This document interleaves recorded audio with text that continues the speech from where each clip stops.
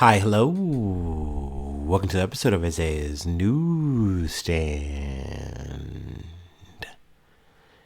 It's your host, Isaiah Edwards.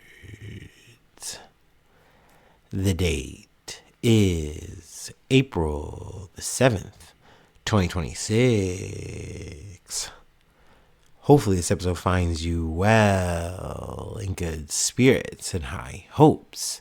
As for me, I'm doing pretty good. Happy Tuesday. Happy Tuesday, everyone. Hopefully the day treated you well, fair at the very least. As for me, it was a good day. We got through it. Let's see. We started off. I got a good amount of sleep for the night, so that was solid. That was nice. We got up. We went and checked on the dogs. Top of the morning, they were doing pretty good. They were very quick and efficient, and we like that. So I came back home and actually had like so much time on my hands that I actually kind of went to work a bit early. Like I'm supposed to have like an extra hour before I have to go in, but I was like, I'll go in like 30 minutes early. How about that? Which wound up fine. It actually was a slow day, but I got very lucky in the sense of I got slow dripped just enough cardboard buggies to stay at the crusher, like just enough. And, we'll take it. So work was fine. Work was dandy. Post work, we go check on the dogs, actually. And, they're still hanging in there. They're pooping. They're peeing for me all in all the right places. And I love that. Then we actually go take a detour to Valvoline to get my oil changed, where I get my oil change and tell them no a bunch. I will say they have now cursed me, with a bad battery. And I say cursed because they're giving me the whole readout and they say, hey, just so you know, your battery's really bad. So you should, get that repaired or get a new battery now. And I'm like, man, no, like I have no money. I have no coins for that. So no, thank you. And then I proceed to say no to everything else. But now, that's going to be on my mind until my battery goes out. So yay, love that for me. Let's knock on some wood while I'm thinking about it. But no, oil change actually was quick and easy. So that's nice. We were pretty in and out. Then after that, I go straight to the gym. Gym was packed. We're talking 3 pips. We're rolling in the deep. I was able to get a semblance of a workout. It was a better workout than yesterday. I will say that. It was a little bit less scrappy. I at least got some free weights in there. Did about 30 minutes of cardio. So that's good. That's some of the highlights there. Post that, we came home. We had our stretch, had our snack, and then did some research. We got a good amount to cover today. Definitely some punchy news stories. Maybe you can say it that way. I don't know. But yeah, let's go ahead and do our startup and let's get into the news.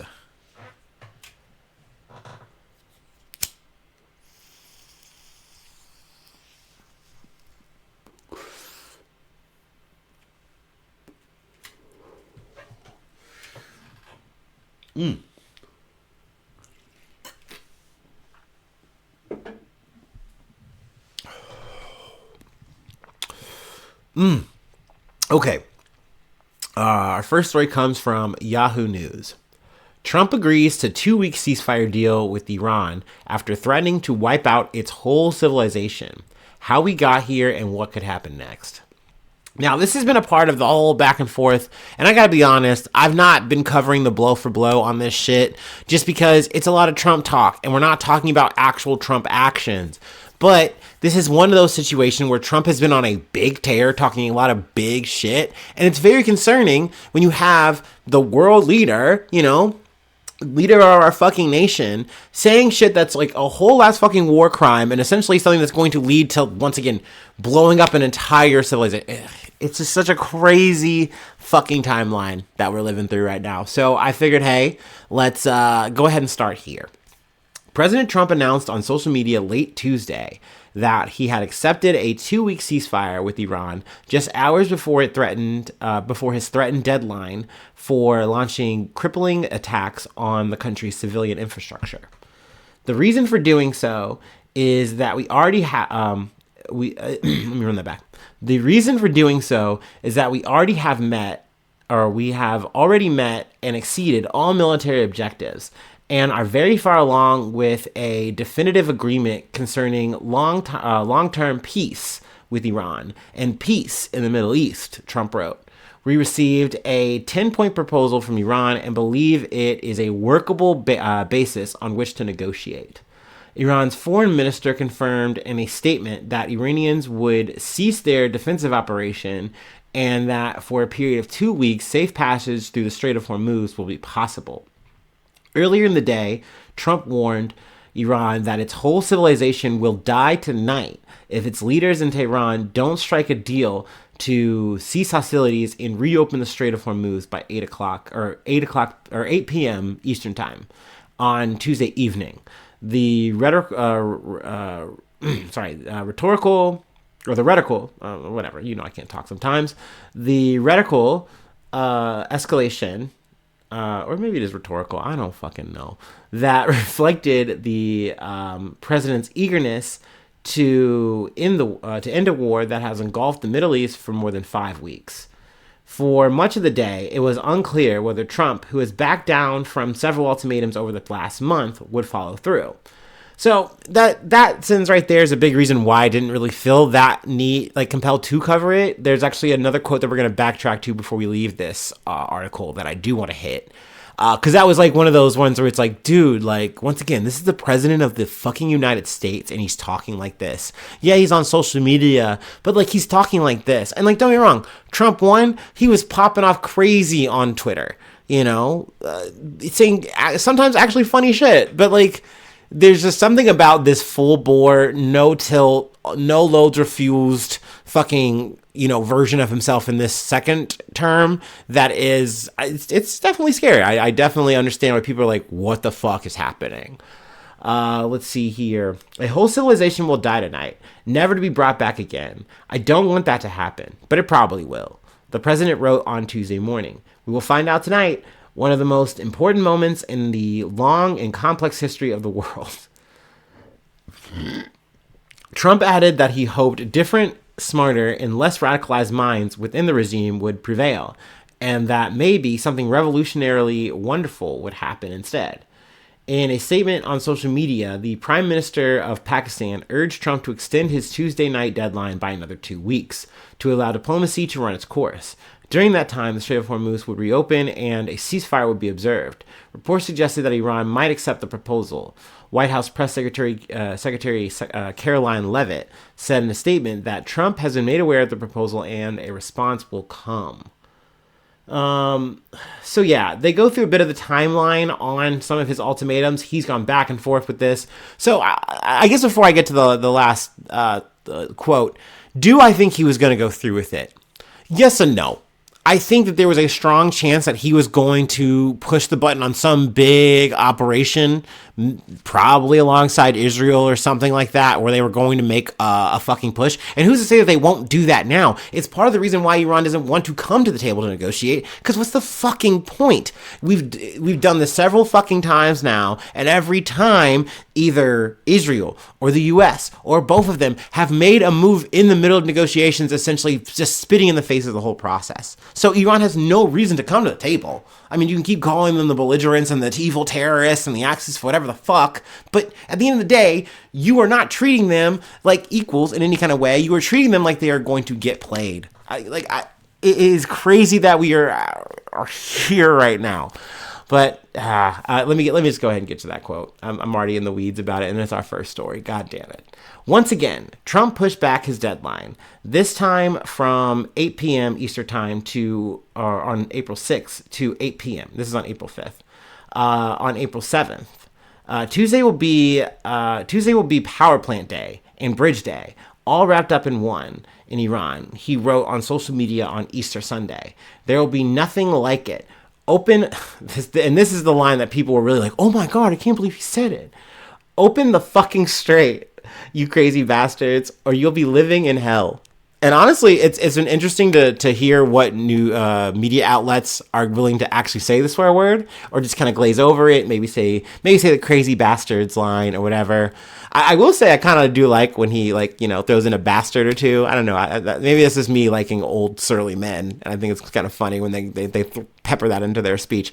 But once again, this is the president of the United States. It's not your drunk uncle. It's crazy that this person is posting like that. Also posting. Thank you, Mr. President, for posting on Truth. Thank you for another truth. Let me re-truth that, I guess. But yeah, no, that's a war crime though. Like you can't blow up infrastructure like this. And of course, like the people pandering to defend this shit is like, well, no, you're talking about like military stuff and da da da. It's like this is all tied to civilian infrastructure. You can't separate it here. So this is where people started getting really worried. And I was like, yeah, no, bet. But I just didn't really want to hop on the story yet. But the next thing you know, it's like fucking minutes to fucking midnight. And here we are. So I figured, hey, let's cover it. But hey, close call. Another quote unquote 2 weeks. But we'll see what happens. All right. Got an update coming out of CBS. American journalist Shelley Kittleson is released after being kidnapped in Iraq, sources say. American journalist Shelley Kittleson has been freed after militants from the Iranian-backed Kataib, I'm totally fucking this up, we're going to say Kataib Hezbollah, kidnapped her in Iraq 1 week ago, according to 2 Iraqi government sources and a source familiar with the situation. Actually, let me take a water break.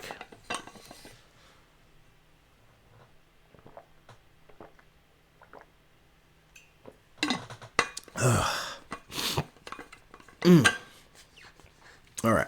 Kataib Hezbollah had Kittleson's name on a list of American journalists to target for kidnapping, multiple sources said. She was abducted in Baghdad last Tuesday, March 31st. A spokesperson for the Kataib Hezbollah militia said earlier in a post on the group's Telegram messaging app channel that Kittleson was being released on the condition that she leave Iraq immediately. Her whereabouts were not immediately clear. Two militia officials who spoke on the condition of anonymity told the Associated Press that in exchange for Kittleson's release, Iraqi authorities would free several detained members of the group. Earlier, the group released an undated video of Kittleson in which she speaks directly to the camera. It is unclear where the video is taken. It runs about 2.5 minutes long, and she is seen wearing a pink sweater and green blazer. Alex Piltis, or Piltsas, I want to say Piltsas, whatever, Piltsis. Kittleson's designated point of contact in the U.S. and a CNN national security analyst previously told CBS News the U.S. government had warned Kittleson about a specific threat against her by Kataib Hezbollah, an Iranian-backed paramilitary group that was allegedly looking to kidnap or kill female journalists. Kittleson was contacted multiple times with warnings of threats against her, including as recently as the night before she was abducted, a U.S. official had told CBS News. So yeah, honestly, I want to say at the top, right here, right now, I'm really glad that she has been released. Hopefully she can get home, be safe. We love to see it. That is the most important thing. 2, the work that Kittleson has been doing, amazing. Awesome. You're really putting yourself on the line, and I know that she is not getting paid nearly enough for the work that she's been doing, for the stories she's been fucking getting. So, I mean, you gotta say kudos there. But I find myself saying this or wanting to say this almost every fucking time we cover a journalist abroad in these crazy areas, trying to get these like fucking really intense, hard-hitting stories, whatever, to really tell the picture. And once again, thank you. Is it worth it though? Because this is some scary ass fucking shit, and the next thing you know, a whole country has to come and get you bailed out. You know what I mean? Like, they had to do a whole ass fucking prisoner swap over you, like that. And hey, I guess it is what it is. I'm not going to ever tell someone to not fulfill their dreams, their careers, their life, passions, all that shit. I just will say it would not be me. It just couldn't. I remember when the Ukraine shit popped off, and I think I've had these moments in my life. It was just easier to do around the Ukraine thing.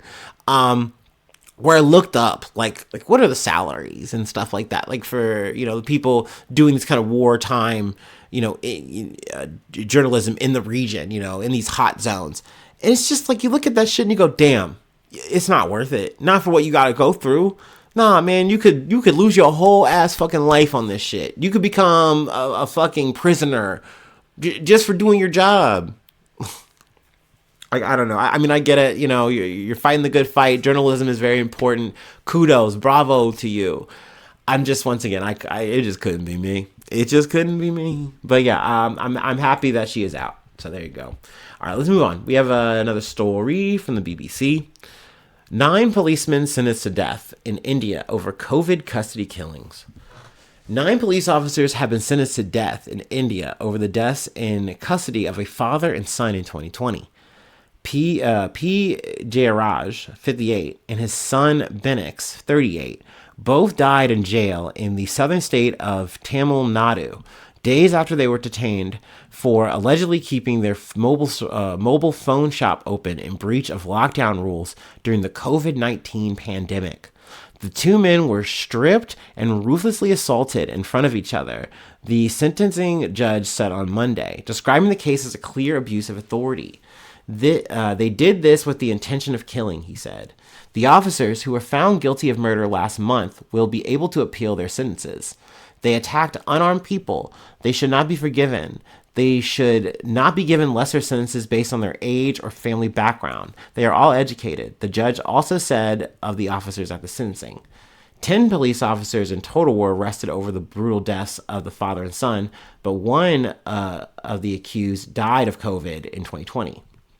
The case triggered protests in Tamil Nadu, with state opposition lawmakers among those who took to the streets.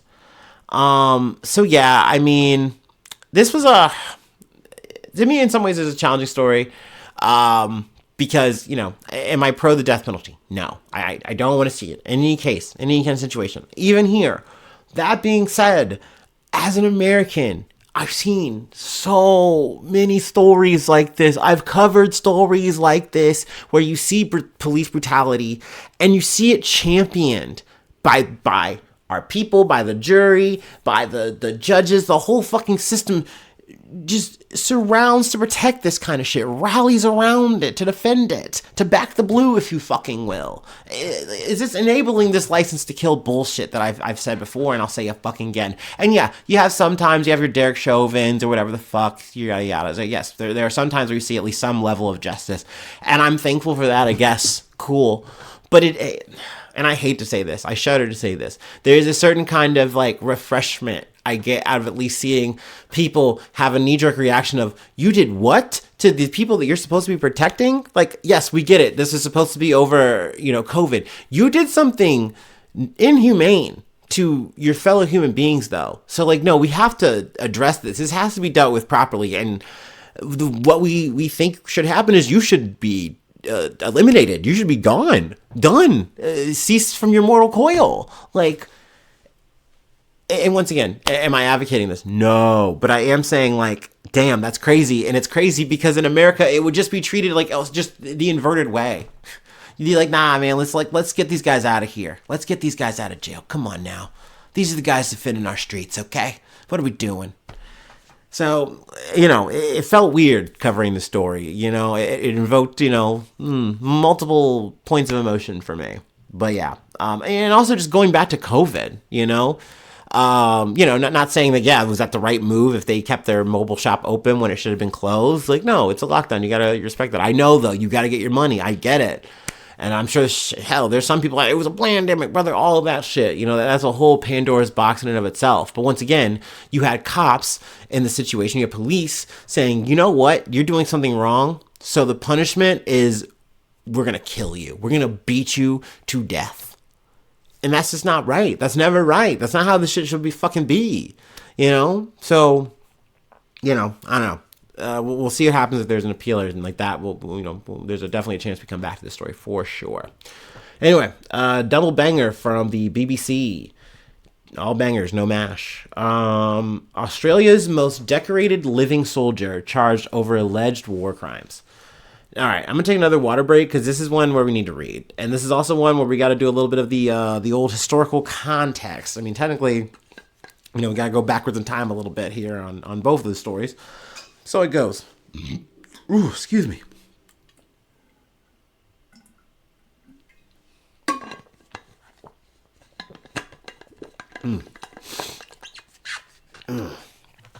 Okie dokie. All right. Australia's most decorated living soldier has been charged over allegations he committed war crimes in Afghanistan. Ben Roberts-Smith, who left the Defence Force in 2013, was arrested at Sydney Airport on Tuesday and will face court over 5 counts of the war crime of murder. He will spend the night in a cell before a bail hearing on Wednesday. A defamation judgment in 2023 found the former corporal in Australia's Special Air Service Regiment, or SAS, had killed several unarmed Afghans. The 47-year-old Victoria Cross recipient denies all wrongdoing and has previously said the allegations against him, which have not yet been assessed at a criminal standard, were egregious and spiteful. Okay. The civil trial was the first time in history any court has examined claims of war crimes by Australian forces. Roberts-Smith argued that the alleged killings occurred legally during combat or did not happen at all, and last year lost an appeal against the federal court finding. So essentially everything he did on the battlefield was justified. Once again, it's that license to kill shit, only we're saying this in a military sense. It was in war. It was in combat. It's like, brother, you were killing farmers. You were killing people who did not have any fucking weapons. You were executing them. Do I have to put on allegedly? I mean, he fucking got tried for this whole shit, so I don't know. I mean, if it has to be in the air, then okay, put it there. But whatever. Fuck this piece of shit. At a news conference in Sydney, on Tuesday, the Australian Federal Police, AFP, confirmed a 47-year-old former soldier had been arrested and said he would be charged with killing unarmed detainees while serving in Afghanistan between 2009 and 2012. He faces 1 charge of the war crime of murder, 1 of jointly commissioning a murder, and 3 of aiding, abetting, counseling, or procuring a murder. It will be alleged the victims were shot by the accused or shot by subordinate members of the ADF, Australian Defence Force, in presence of and acting on the orders of the accused Commissioner Commissioner Chrissy Barrett said.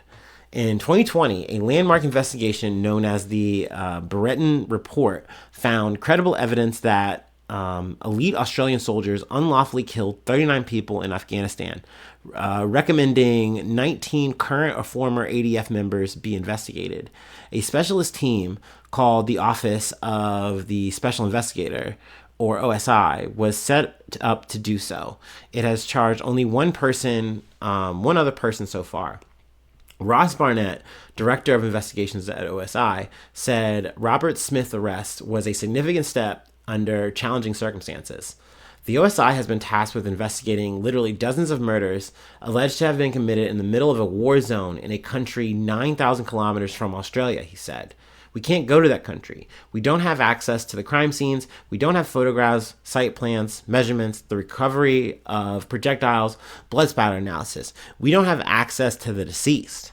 Barrett added the allegations of misconduct were confined to a very small section of trusted and respected ADF. The majority of the ADF do our country proud, she said. Earlier on Tuesday, Prime Minister Anthony Albanese said he would not comment on the case as it is before the courts. AKA, he's gonna sit on a fucking fence. I guess I should be happy that he's just not immediately glazing the guy. I literally, I was looking around, I was looking for a picture, and then it led me to fucking Facebook, the best place to be all the time. And just seeing all these motherfuckers just gawk this motherfucker down, just throw this motherfucker sideways, up, down, all the way. Because he had a uniform on. So, of course, he's a noble, upright guy. Of course, everything he did was in defense of God and country. It just and I'm sure there were people who may have said things and that shit might have gotten scrubbed, whatever. It's just crazy to see just any kind of mob of people just be like, I don't care, fuck it. It's fine to be evil if you did it in defense of me.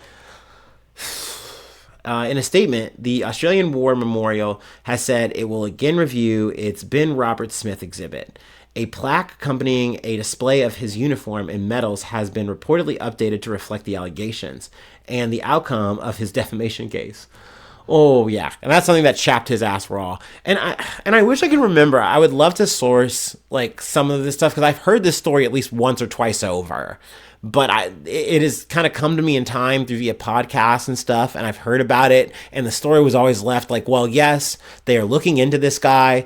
But you know, there's only so much you can do for the reasons we mentioned earlier in this article. It is hard to get a case like this to stick, but here we are now actually on the precipice of trying to make that happen. So I am happy to at least be here and talk about that. That's part of the reason, that's part of the motivation why I wanted to put the story on and not just like let it go by. Cause it's worth looking into. And if I can at least put this motherfucker on a radar for somebody and my friends and people to at least see this evil fucking guy, so you know that this shit was happening. And it wasn't just Americans. It was a collaborative effort by the Western hegemony, if you will, to just do fucking evil shit in this region, to just fuck up the Middle East more, because that's just what we do. Let's see. At the time, 9 newspapers first published reports of the allegations in 2018.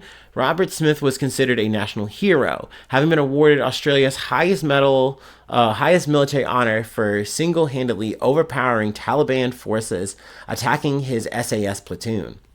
In a bid to clear his name, he launched a high-profile legal battle, which spanned 7 years, cost millions of dollars, and was dubbed by some as Australia's trial of the century.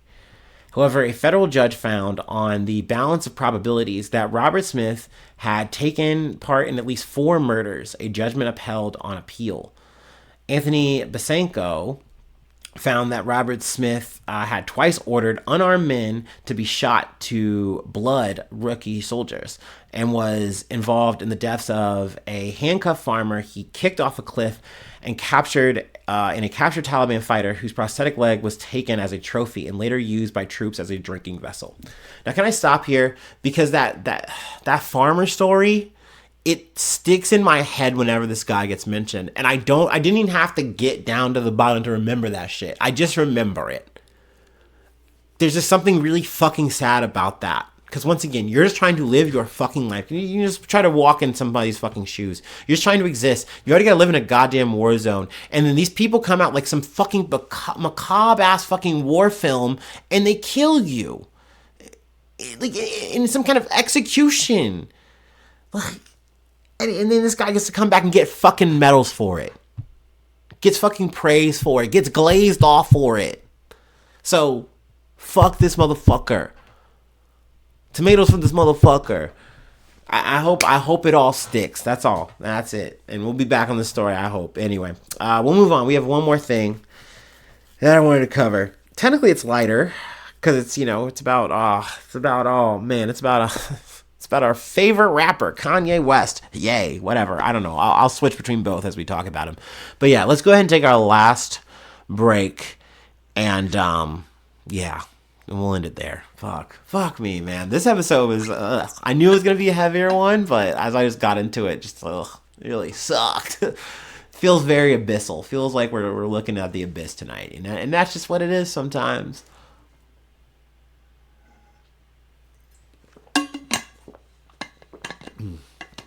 Ugh.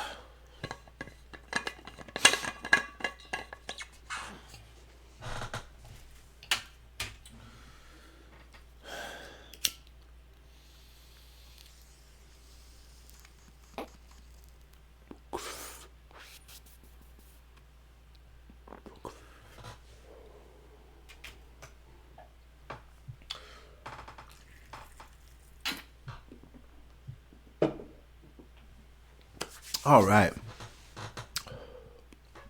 Our last story comes from the Associated Press.